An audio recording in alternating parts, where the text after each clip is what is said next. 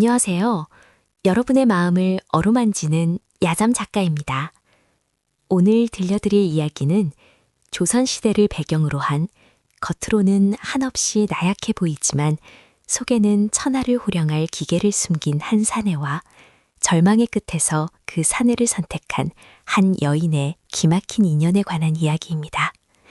자, 이제 따뜻한 차 한 잔 곁에 두시고 저와 함께 그 시절 그 사건 속으로 들어가 보시지요. 편안한 마음으로 들으시고 마음에 남는다면 구독 한번 눌러주세요. 강원도 정선. 첩첩산중이라 해가 지면 짐승들의 울음소리만이 가득한 그곳. 산자락 끝에 다 쓰러져가는 초가집 한 채가 있었습니다. 지붕은 사가 하늘이 보이고 벽 틈새로는 시린 황소바람이 들이치는 그 초라한 곳에 한양 장안을 호령하던 명문가 청주 이씨 가문의 외동딸 연희가 살고 있었습니다. 연희의 나이 올해로 22. 본래라면 비단 옷을 입고 꽃신을 신으며 좋은 집안 자제와 혼담이 오갈 꽃다운 나이였으나 지금 그녀의 모습은 처참하기 그지없었습니다. 색이 바랜 무명치마에 찬물에 터져 붉게 부어오른 손등. 누가 보아도 산꼬란하게 모습이었지요. 하지만 그 초라한 행색 속에서도 연희의 눈빛만은 밤하늘의 별처럼 맑고 깊었으니 뼈대 있는 집안의 기품은 감출 수가 없었습니다. 연희야, 물 좀 다오. 윗목에서 들려오는 가냘픈 기침 소리에 연희는 하던 바느질을 멈추고 급히 물그릇을 들고 달려갔습니다. 누워있는 이는 연희의 어머니 정경 부인 박씨였습니다. 남편이 영모라는 억울한 누명을 쓰고 세상을 떠나던 날, 그 끔찍한 광경을 목격하고 충격을 받아 몸져 누운 채 시름시름 앓고 계셨지요. 어머니, 여기 있습니다. 천천히 드세요. 내 팔자야. 귀한 내 딸이 이 산골 구석에서 촌부 노릇을 하고 있으니 내 눈을 감아도 편히 못 감겠구나. 그런 말씀 마세요, 어머니. 아버지 누명이 벗겨지는 날까지 우리 꼭 버티기로 했잖아요. 내일 장터에 가서 자수를 판 돈으로 꼭 약을 재올게요. 연희는 어머니의 야윈 손을 꼭 잡았습니다. 하지만 그녀의 속마음 역시 타들어가기는 마치 나섰습니다. 쌀독은 바닥을 보인 지 오래였고 어린 남동생은 배가 고파 울다 지쳐 잠들었습니다. 양반의 체면이나 자존심은 굶주림 앞에서는 사치였지요. 그러던 어느 날 아침 평화롭던 마당에 불길한 그림자가 드리워졌습니다. 대문을 거칠게 박차고 들어온 자는 마을의 고리대금업자이자 탐관오리의 앞잡이로 악명 높은 최부자였습니다. 기름기가 번들거리는 얼굴에 비단옷을 걸친 그는 뒤로 건달들을 거느리고 거드름을 피우며 나타났습니다. 이리 오너라! 안에 아무도 없느냐? 연희는 떨리는 가슴을 진정시키며 마루로 나갔습니다. 최 부자는 탐욕스러운 눈빛으로 연희의 고운 얼굴을 훑어내렸습니다. 아기씨, 벌써 이지선다. 모친 약값이다, 동생 쌀값이다 해서 빌려간 돈이 원금의 이자까지 합쳐 벌써 단양이 넘었소. 오늘이 그 만기일인 건 알고 계시겠지? 단양. 지금 연희의 형편으로는 평생을 모아도 만져보기 힘든 거금이었습니다. 연희의 얼굴이 하얗게 질렸습니다. 최부자 어르신, 사정이 딱하여 아직 마련을 못했습니다. 보름만, 아니 열흘만 말미를 주시면. 에이, 쯧쯧. 그 돈을 언제 바느질해서 갚겠소. 10년이 걸려도 못 갚을 돈이지. 최 부자는 비릿한 웃음을 지으면 연희에게 얼굴을 들이밀었습니다. 그러니 내가 좋은 제안 하나 하지. 내 5번째 첩실로 들어오게. 그러면 빚은 없던 일로 해주면 물론이고 자네 어머니 약값에 동생 놈 서당 공부까지 내가 다 책임져 주겠네. 비단옷 입고 쌀밥 먹으며 편히 살게 해주겠다 이 말이야. 그것은 연희에게 추궁보다 더한 모욕이었습니다. 아무리 집안이 망했기로서니 시정자빼나 다름없는 자의 5번째 첩이라니요. 썩 물려가시오. 내 비록 가진 것 없는 몸이나 마음까지 팔지는 않았소. 연희의 서슬퍼런 호통에 최 부자는 이내 표정을 구기며 으름장을 놓았습니다. 아직도 지가 한양대감댁 아기신 줄 아나 보네. 좋아, 정 그렇다면 법대로 해야지. 딱 사흘 주겠다. 사흘 뒤 해질녘까지 돈을 가져오든 아니면 내 가마에 타든 결정해라. 만약 그때도 싫다 하면 그땐 자네가 아니라 자네 동생 놈을 노비로 팔아버릴 테니 그리 알아라. 최 부자는 침을 뱉고는 유유히 사라졌습니다. 마당에는 깨진 항아리 조각과 연희의 찢어진 마음만이 남았습니다. 그날 밤 연희는 한숨도 자지 못한 채 하염없이 눈물을 흘렸습니다. 어찌해야 한단 말인가. 그때 연희의 머릿속에 번뜩이는 생각 하나가 스쳐 지나갔습니다. 혼인. 그래요. 조선시대의 법도상 이미 남의 아내가 된 여자는 아무리 빚쟁이라도 함부로 첩으로 삼거나 건드릴 수 없었습니다. 자신이 누군가의 정실 부인이 되어버리면 최 부자도 포기할 수밖에 없을 터였습니다. 하지만 누구와 혼인한단 말입니까? 역적의 딸이라는 꼬리표가 붙은 자신을 누가 받아줄 것이며 최 부자의 해코지를 감당할 리가 누구겠습니까? 잃을 것도 없고 세상 사람 아무도 신경 쓰지 않는 사람. 연희의 뇌리에 한 사내의 얼굴이 떠올랐습니다. 마을 끝자락 폐가나 다름없는 곳에 혼자 사는 사내. 직업은 사냥꾼이라는데 토끼 한 마리 잡아본 적 없고 산짐승 울음소리만 들려도 겁에 질려 도망친다는 천하의 겁쟁이. 나이 30이 다 되도록 장가는커녕 여자 구경도 못했다는 동네 바보 돌석이었습니다. 사람들은 그를 등신 돌석이라 부르며 조롱했지만 연희는 생각했습니다. 그 사람이라면 최 부자도 질투하지 않을 것이다. 천하의 바보에게 시집간 여자를 첩으로 들이고 싶어 하지 않을 테니까. 연희는 입술을 꽉 깨물었습니다. 그래, 결심했어. 내 운명 내가 선택하리라. 다음 날 밝자마자 연희는 쪽진 머리를 단정히 하고 돌석의 집으로 향했습니다. 마을 사람들의 따가운 시선을 뒤로 하고 그녀가 도착한 것은 너덜너덜한 초가집이었습니다. 계십니까? 주인장 계십니까? 방문이 빼꼼 열리더니 꼬질꼬질한 얼굴의 돌석이 고개를 내밀었습니다. 그는 연희를 보자마자 선녀가 내려왔나 싶어 입을 해벌리고 침까지 흘릴 기세였습니다. 만석 씨, 아니 돌석 씨, 저와 혼인해 주십시오. 돌석은 너무 놀라 딸꾹질을 시작했습니다. 제가 잘못 들은 거 아니지요? 꿈인가? 연희의 표정은 비장했습니다. 제 남편이 되어 주십시오. 대신 제가 평생 지극정성으로 삼키겠습니다. 동네 아이들도 돌을 던지며 놀리는 자신에게 고고한 양반댁 아기씨가 청혼이라니. 돌석은 어안이 벙벙해 머리를 긁적였습니다. 그 한심해 보이는 사내를 보며 연희는 깊은 한숨을 삼켰습니다. 내가 정말 이 사내와 평생을 살아야 한단 말인가. 하지만 주사위는 던져졌습니다. 과연 이 기상천외한 혼사는 어떤 결과를 불러올까요? 그날 오후 돌석에 찌그러져 가는 초가집 마당에서 조촐하다 못해 처량한 혼례가 치러졌습니다. 혼례라고 해봐야 상위에 떠놓은 정화수 한 그릇이 전부였습니다. 재미난 구경거리가 났다며 몰려온 동네 아이들과 혀를 차며 수근거리는 마을 안악들 뿐이었지요. 에구, 저 아까운 아기씨가 전생에 무슨 죄를 지었길래 저런 등신한테. 말도 마요. 최 부자한테 끌려가느니 차라리 바보랑 사는 게 낫다 싶었겠지. 마을 사람들의 비아냥거림이 비수처럼 꽂힐 때 불청객이 들이닥쳤습니다.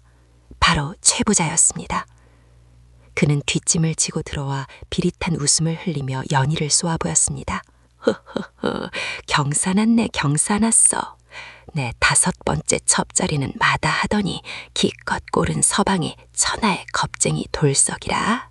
양반댁 안목이 참으로 독특하십니다 그려. 그때였습니다. 신랑 돌석이 최 부자의 고함에 놀라 힉! 사람 살려! 하며 신부 연희의 치마폭 뒤로 숨어버리는 게 아니겠습니까? 덩치는 산만한 사내가 여인 뒤에 숨어 벌벌 떠는 꼴이라니 구경하던 사람들이 킥킥대며 웃음을 터뜨렸습니다. 연희는 치욕스러움에 입술을 깨물어 피가 맺힐 지경이었지만 꼿꼿하게 고개를 들고 최부자를 마주보았습니다. 최부자, 이제 남의 홀리시까지 와서 행패를 부리시오. 나는 이제 엄연한 출가인이니 당신이 함부로 대할 사람이 아니란 말이오. 최부자는 연희의 기세에 잠시 주춤하더니 이내 침을 뱉었습니다. 그래, 저 등신 데리고 잘 살아보시게. 굶어 죽으나 마저 죽으나 매안 가질 테니. 최부자가 돌아가고 연희는 눈물을 삼키며 돌석과 맞절을 올렸습니다. 그렇게 두 사람은 부부가 되었습니다. 첫날 밤 연희는 로맨스는커녕 어떤 기대도 하지 않았습니다. 돌석은 베개의 머리를 대자마자 천둥볕은 코를 골며 골아떨어졌고 연희는 잠든 남편의 얼굴을 내려다보았습니다. 내가 호랑이를 피하려다 똥통에 빠진 건 아닐까. 다음 날부터 시작된 신혼 생활은 그야말로 생지옥이었습니다. 명색이 사냥꾼이니 고기라도 잡아오겠거니 했건만 돌석은 해가 중천에 뜰 때까지 이불 속에서 뭉개지기 일쑤였습니다. 억지로 등 떠밀려 산에 가면 더 가관이었지요. 부인, 저기 풀숲에서 눈이 벌건 괴굴이 나를 노려봤소. 서방님, 그건 들쥐입니다. 쥐라고요. 나는 쥐가 세상에서 제일 무섭소. 연희는 복장이 터지다 못해 탈이 날 지경이었습니다. 결국 집안을 먹여 살리는 것은 연희의 몫이었습니다. 그녀는 산에 올라 약초를 캐고 밤에는 삭바느질을 하며 간신히 입에 풀칠을 했습니다. 동네 사람들은 그런 연희를 보며 혀를 찼지요. 그렇게 한 달이 지났을 무렵이었습니다. 어느 날 오후 약초를 캐러 갔던 연희가 평소보다 일찍 집으로 돌아오고 있었습니다. 마당 근처에 다다랐을 때 웅장한 장작 패는 소리가 들려왔습니다. 쩍쩍 하는 소리가 예사롭지 않았지요. 서방님이 웬일로 장작을 패나? 기특한 마음에 연희는 발소리를 죽이고 울타리 너머를 훔쳐보았습니다. 마당 한가운데에 돌석이 도끼를 들고 서 있었습니다. 그런데 평소의 그 어수룩한 모습이 아니었습니다. 그는 하품을 쩍 하더니 귀찮다는 듯 한 손으로 도끼를 툭 던지듯 내리꽂았습니다. 힘을 준 것 같지도 않았는데 아름드리 참나무 통나무가 마치 잘 익은 수박이 갈라지듯 단면이 거울처럼 매끄럽게 쫙 갈라지는 게 아니겠습니까? 보통 장정이라도 10번은 내리찍어야 할 옹이 박힌 나무였습니다. 연희는 제 눈을 의심했습니다. 저게 가능한 일인가? 그때 인기척을 느꼈는지 돌석이 고개를 휙 돌렸습니다. 연희와 눈이 마주치자마자 그는 순식간에 다시 바보 같은 표정으로 돌아왔습니다. 부인 왔어? 아이고, 이놈의 장작이 왜 이리 안 패지나 몰라. 영차. 방금 전까지 두고 쌀 듯하던 사람이 갑자기 도끼가 무겁다며 낑낑대는 신용을 하는 겁니다. 연희는 모른 척 방으로 들어갔지만 가슴 한구석에 의심의 씨앗이 싹트기 시작했습니다. 며칠 뒤 저녁 밥상머리였습니다. 날이 더워지니 파리들이 극성을 부렸지요. 돌석은 밥그릇을 끌어안고 엄살을 펴왔습니다.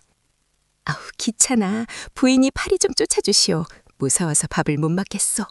연희가 부채를 가지러 일어선 순간이었습니다. 돌석은 멍하니 졸고 있는 듯 했는데 타리 한 마리가 그의 콧등을 스치려는 찰나 돌석의 손에 들려있던 젓가락이 허공을 갈랐습니다. 너무 빨라 보이지도 않았습니다. 다음 순간 돌석의 젓가락 끝에는 파리 한 마리가 정확하게 끼어 있었습니다.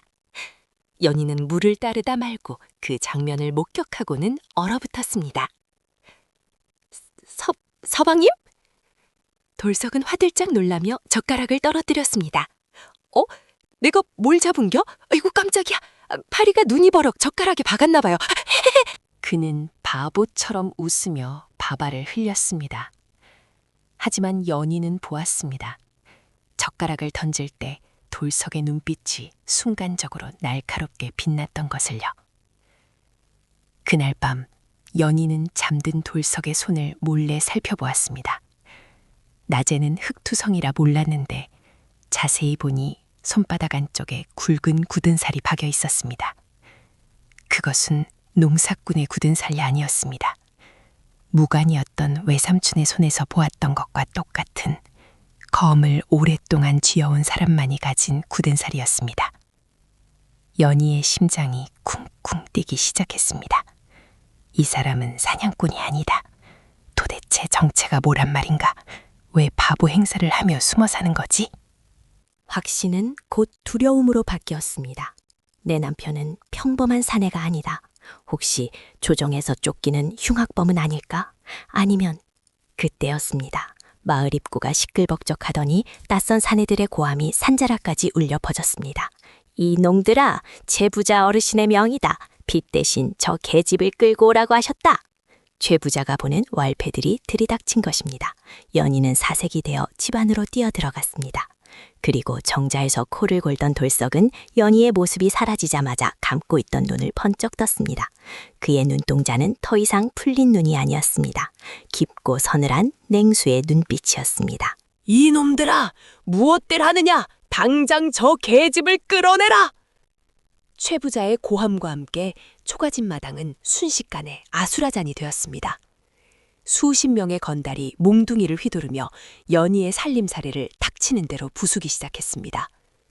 방 안에서는 병든 노모와 어린 남동생이 공포에 질려 비명을 질렀고 연희는 부엌에서 낫을 집어들고 마당으로 뛰쳐나왔습니다. 이 짐승만도 못한 놈들! 한 놈이라도 더 다가오면 내 목숨을 걸고 저승길 길동무로 삼겠다! 연희의 눈에 도끼가 서렸지만 건달들은 코웃음을 쳤습니다. 건달 두목이 비릿한 웃음을 흘리며 연희의 손목을 낚아챘습니다. 어이구 무서워라. 양반때 교수가 낯질이라니. 얌전히 굴어야지. 최부자 어르신이 널 얼마나 기다리시는데. 거친 손길에 연희가 바닥에 쓰러졌고 입가에는 붉은 피가 흘러내렸습니다. 그때였습니다. 마당 구석에 처박혀 있던 돌석이 머리를 감싸지고 벌벌 떨며 소리를 질렀습니다. 사람 살려. 나는 아무것도 몰라요. 그 꼴을 본 최부자가 배를 잡고 웃어대기 시작했습니다. 하하하하, 꼴 좋다. 천하의 양반 교수가 꼴은 서방꼴 좀 보게.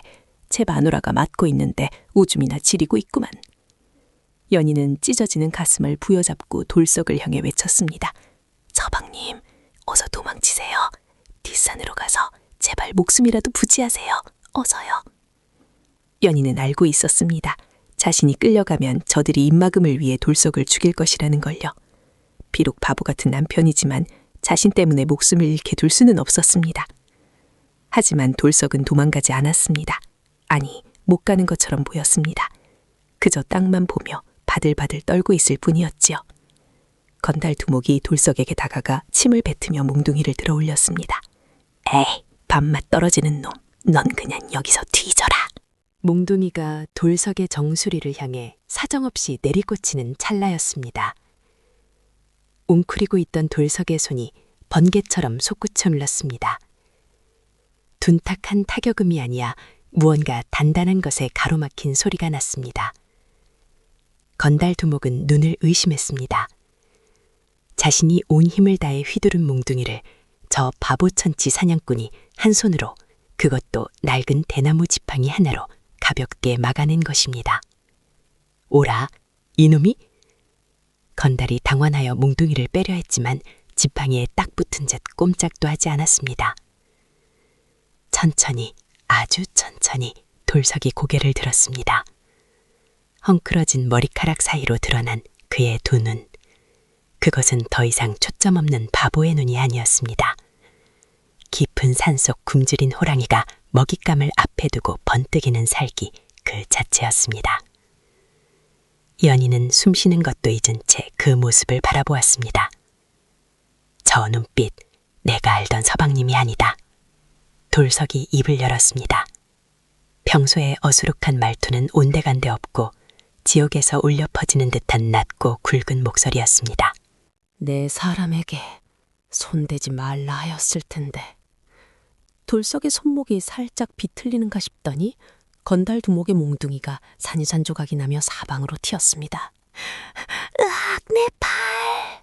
두목이 팔을 부여잡고 나뒹구는 순간 돌석이 짚고 있던 낡은 대나무 지팡이의 겉껍질이 바사삭하고 부서져 내렸습니다.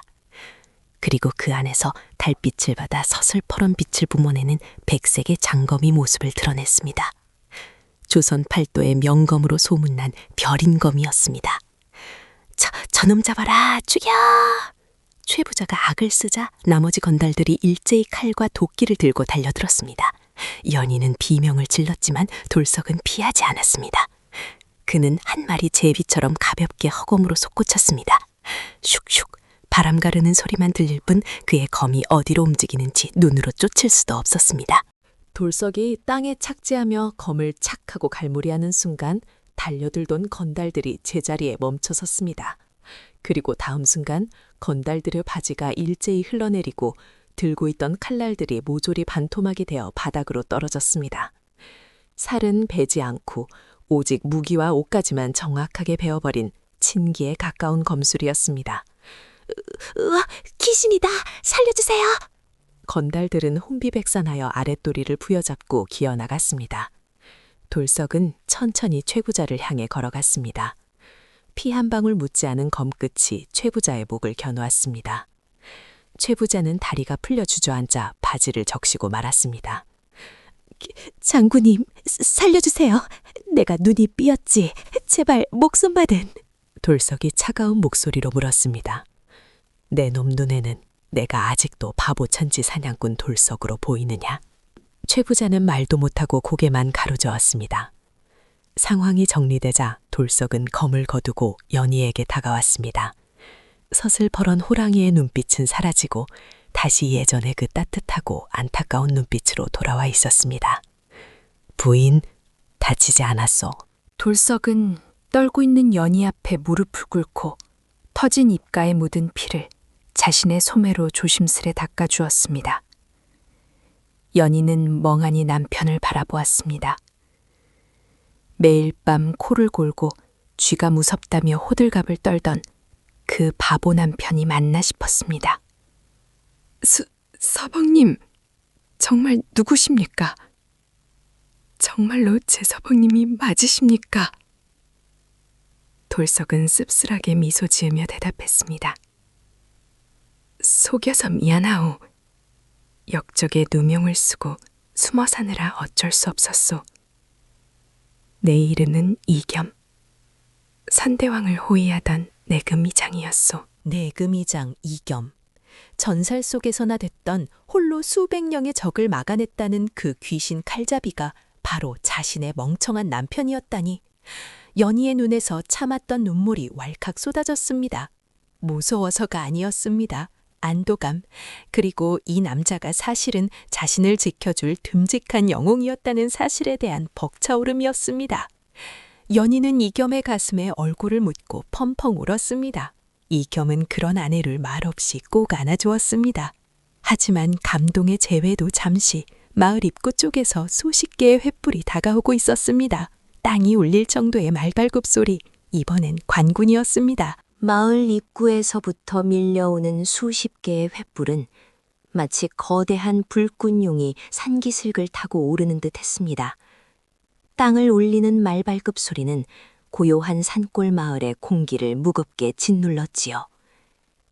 기절해 있던 최부자가 그 소리에 번쩍 눈을 떴습니다. 옳지, 관군이다! 관군이 왔어!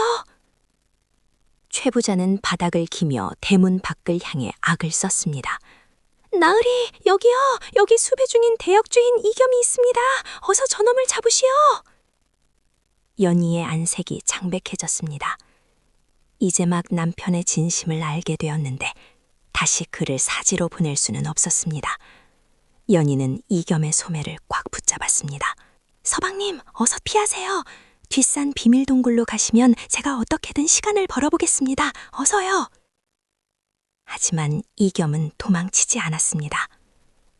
오히려 연희의 손을 부드럽게 떼어내며 그녀를 자신의 등 뒤로 숨겼습니다.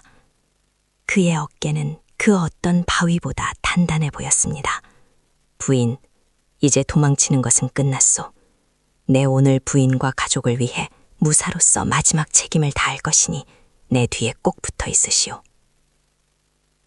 이겸의 손이 다시 검자루를 향했습니다. 그의 눈빛은 다시 차갑게 식어 내금이장의 위엄을 되찾았습니다. 대문 앞에 수십 명의 무장군사가 도열했습니다. 그들의 갑옷에는 왕실 직속 금부도사의 표식이 선명하게 박혀 있었습니다. 말 위에 높이 앉은 금부도사 대장이 천천히 말에서 내려왔습니다. 그는 뚜벅뚜벅 걸어와 엎드려 있는 최부자를 지나쳐 검을 꼬주어 쥔 이겸 앞에 멈춰섰습니다. 마당에는 바늘 하나 떨어지는 소리가 들릴 만큼 청적에 흘렀습니다. 연희는 심장이 멎을 것만 같았습니다. 그런데 그때 믿을 수 없는 광경이 펼쳐졌습니다. 금부도사 대장이 갑자기 이겸 앞에 한쪽 무릎을 꿇고 고개를 숙이는 게 아니겠습니까? 뒤따르던 수십 명의 군사들도 일제히 창을 거두고 무릎을 꿇었습니다. 충! 최 부자의 눈이 개구리처럼 튀어나올 듯 커졌습니다. 아니, 나으리. 지금 뭐 하시는 겁니까? 저놈은 역적이라니까요. 금부도사 대장은 최 부자의 말은 귓등으로도 듣지 않고 품에서 황금색 비단에 쌓인 두루마리를 꺼내들었습니다. 어명이요. 전 내금이장 이겸은 어명을 받듯이오. 이겸은 검을 거두고 정중하게 무릎을 꿇었습니다. 연희도 얼떨결에 그 옆에 나란히 엎드렸지요. 죄인 이겸 어명을 받들겠나이다. 주상전하의 하교신이라. 과인이 보위에 오르기 전 간신들의 모함으로 충신들이 억울하게 희생된 것을 늘 가슴 아파했노라. 이에 내금이장 이겸의 모든 누명을 벗기고 그 직위를 복원함과 동시에 병조판서에 중책을 제수하노니 즉시 환궁하여 과잉을 보필하라. 병조판서. 나라의 군권을 총괄하는 최고의 직위입니다. 마을 사람들은 입을 다물지 못했습니다. 매일 바보라고 놀리던 사내가 하루아침에 나라의 기동이 된 것입니다. 연희의 눈에서는 하염없이 눈물이 흘러내렸습니다. 드디어 끝난 것입니다. 지옥 같던 도망자 생활도 찢어지는 가난도 사람들의 멸시도 말입니다. 상황 파악이 끝난 최 부자는 그 자리에서 넋이 나갔습니다. 그는 이겸의 바짓가랑이를 붙잡고 비굴하게 빌기 시작했습니다. 아이고 판서대감, 제가 죽을 죄를 지었습니다. 제 눈이 삐어서 대감님을 몰라 뵙고 제발 목숨만은 살려주십시오. 제가 가진 재산을 다 내놓겠습니다. 이겸은 차가운 눈으로 최 부자를 내려다보았습니다. 재산? 니놈이 백성들의 고열을 짜내어 모은 그 더러운 돈 말이냐?